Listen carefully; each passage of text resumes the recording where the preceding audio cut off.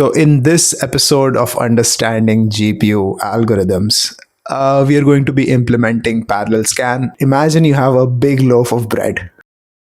Parallel scan is frequently used to parallelize seemingly sequential operations such as resource allocation, work assignment, and polynomial evaluation. This is what the book Programming Massively Parallel Processor says about parallel scan, but I haven't used parallel scan to implement any of those things. So I will not claim that, but I have used it to implement a radix sort in the past.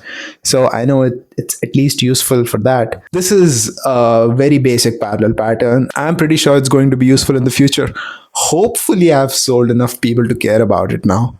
Scan is a parallel pattern where the current element depends on the previous elements in some way. The simplest example of this is, imagine you have an array and you are doing a scan with the addition operator. You will get the result.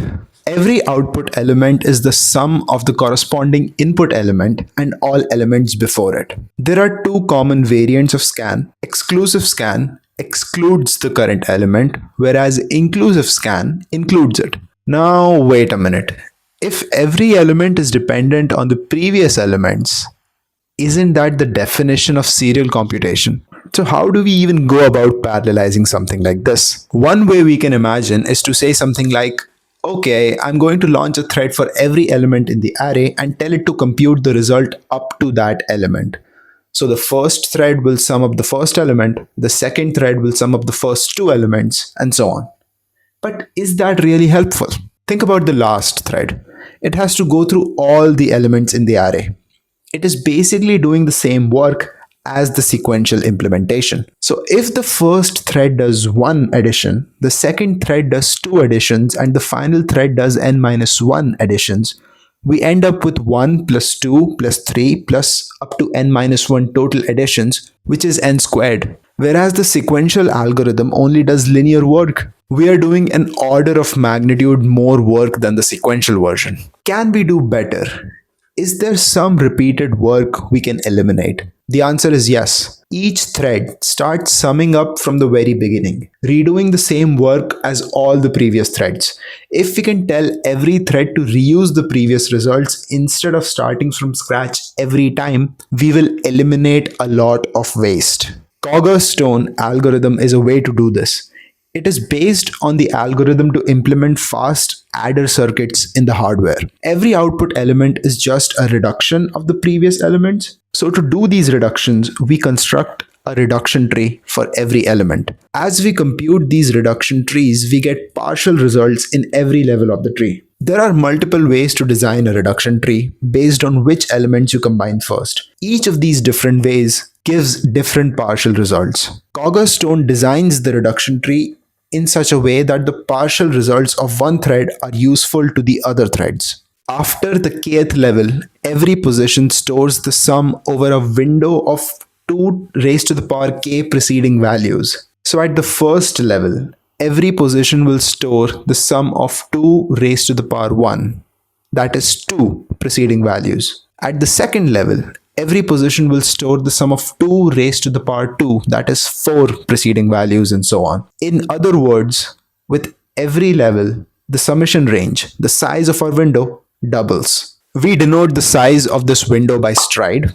As we go down the tree, the stride doubles. To sum the preceding stride number of elements, make sure we are only keeping those threads active which actually have stride number of elements before it. There are 2 calls to sync threads, each serving a different purpose. The first barrier is used to make sure that every thread has finished the previous level before any thread can start the new one. This is a requirement of how a reduction tree works, and it is the same as the one we saw in the previous reduce video. The second barrier, however, is a bit more interesting. It prevents a race condition that could occur within a single stage. Imagine two threads, thread 10 and thread 5, where the stride is 5. Thread 10 needs to read the value from segment 5, while thread 5 needs to update and write a new value to segment 5. The result will depend on which one of these executes first, hence the race condition. If we are concerned about synchronization overhead due to the additional barrier, we can double buffer the shared memory.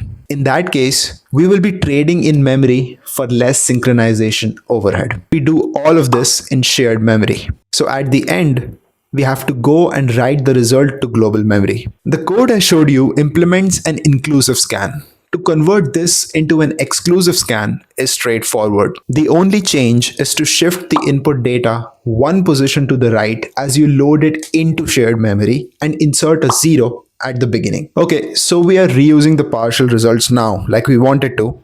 How exactly this is better? At every level, n minus stride gives the number of active threads. The algorithm will stop when no threads are active or n minus stride equals 0. So the last level that had any threads active must have stride equals n by 2. If we start at stride equals 1, double it every level and stop at stride equals n minus 2, then we will have log n base 2 minus 1 number of levels in the tree. Every active thread performs exactly one addition and we have n minus stride threads active every level. So the total number of additions we perform is n minus 1 plus n minus 2 plus and so on up to n minus stride. This comes out to be big O of n log n, much better than the n squared algorithm we had before, but still a lot more work than the sequential one. To make it more concrete, for 512 elements, so n equals 512, we will be doing roughly 8 times more work as the sequential version. And this discrepancy will only increase as n grows larger.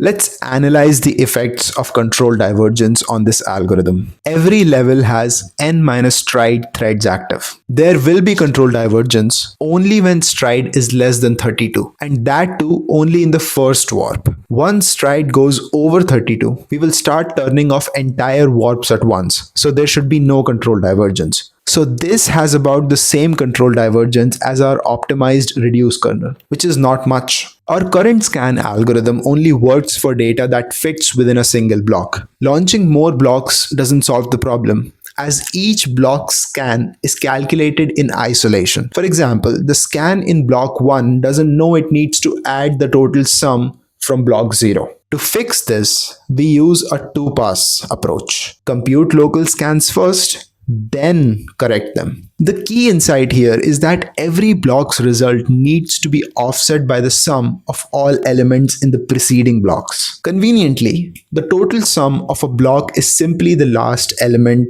of its local inclusive scan. So we can create a new array containing just the last element sum from each block. We then run a second, smaller scan on this new array of block sums. The result of the second scan gives us the exact correction value needed for each block. Finally, we add this correction value to every element within its corresponding block to get the final correct result. Only two passes are not enough to scan truly arbitrary number of elements. What if even the new smaller array of block sums has more elements than we can fit in a single block? We can apply this process recursively and do as many passes as we need. I'm going to distinguish the passes we do in two kinds, upsweeps and downsweeps. While this terminology is not accurate, as we might see in a later video, this is what I ended up using, unfortunately. We now have two kernels, one for upsweep and the other for downsweep. The upsweep kernel loads into shared memory, does the block scan and stores back into global memory. It also stores the scanned results of the last thread, that is the sum of all elements in the block, into the summary array, like we discussed. The downsweep kernel reads the element from the summary corresponding to the previous block, adds it to all the elements in the current block and stores the result. To turn this into an exclusive scan, we need to make some small modifications. First, during the upsweep pass, we are writing in the summary changes. Since we are not doing an inclusive scan for every block, the last scanned element will not give the sum that we were relying on. To get back to the sum, we just take the last scanned element and add the current input element to it. We write this value to the summary instead. Next, in the downsweep pass, instead of using the element corresponding to the previous block, we will use the element corresponding to the current block. And that's it. This should give correct results for exclusive scan now. If you're curious about how these kernels are configured and launched, you can find the full code in the description. In the next video, I'm thinking of covering some other parallel scan algorithms and doing some benchmarking to see how they compare with each other in performance.